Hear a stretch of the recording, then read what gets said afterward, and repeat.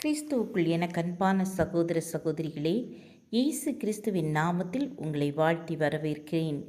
இன்றைய தினம் உங்களுக்காக கொடுக்கப்பட்ட வேத வசனம் மத்தேயு 20ஆம் அதிகாரம் 16ஆம் வசனம்.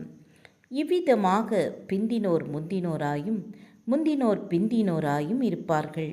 அழைக்கப்பட்டவர்கள் அநேகர், தெரிந்து கொள்ளப்பட்டவர்களோ சிலர். ஐரோப்பாவின் வடபகுதியிலுள்ள காடுகளில் எர்மின் என்ற ஒரு வகை மிருகம் வாழ்கிறது. இதற்கு வெள்ளையான கம்பளி போன்ற ரோமம் உண்டு. அந்த மிருகம் ரோமத்தின் வெண்மைத்தன்மை மாறிவிடாதபடி, அதாவது அழுக்காகி விடாதபடி மிகவும் கவனமாயிருக்கும். இந்த மிருகங்கள் மலை பிளவுகளிலும் பொந்துகளிலும் வசிக்கும். இந்த மிருகங்களை பிடிக்க விரும்புவோர் அதை சுலபமாக பிடிக்க முடியாது. அதனால் என்ன செய்வார்கள் தெரியுமா?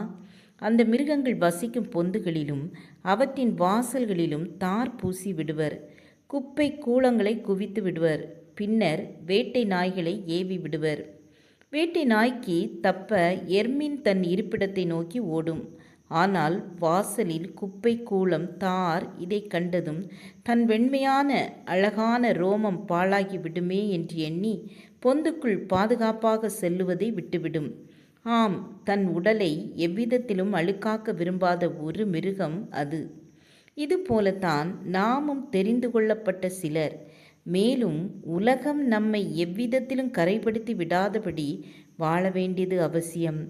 தானியேல் மற்றும் அவன் நண்பர்கள் பாபிலோனின் அடிமைகளாக இருக்கும் பொழுது ராஜ போஜனம் கிடைத்த போதும் அதில் கர்த்தருக்கு விரோதமான தீட்டான பொருட்கள் இருக்கும் என்பதை அறிந்து வேண்டாம் என்று சொல்லி கர்த்தருக்காக உறுதியாக வாழ்ந்தார்கள். விளைவு, ராஜாவின் முன் அந்த வாலிபர்கள் 10 மடங்கு சமர்த்தராக கண்டார்கள். இந்த வாலிப நாட்களில் உலகத்தில் அநேக வாலிபர்கள் செய்கின்ற காரியங்கள் எல்லாவற்றையும் நாமும் செய்ய வேண்டும் என்பதும் அல்ல. ஏனென்றால் நாம் பிரித்தெடுக்கப்பட்டவர்கள். தேவன் நம்மை தனக்கென தெரிந்து கொண்டுள்ளார். அவர் பிள்ளைகள் நாம் அழைக்கப்பட்டோர்கள் அநேகம் இருக்கும்போது இன்று நம்மை தெரிந்து கொண்டு அவர் சித்தத்தை நிறைவேற்ற எதிர்நோக்கி இருக்கிறார். இன்றே அவருடைய பாதம் பணிவோம், ஜெபம் செய்வோம்.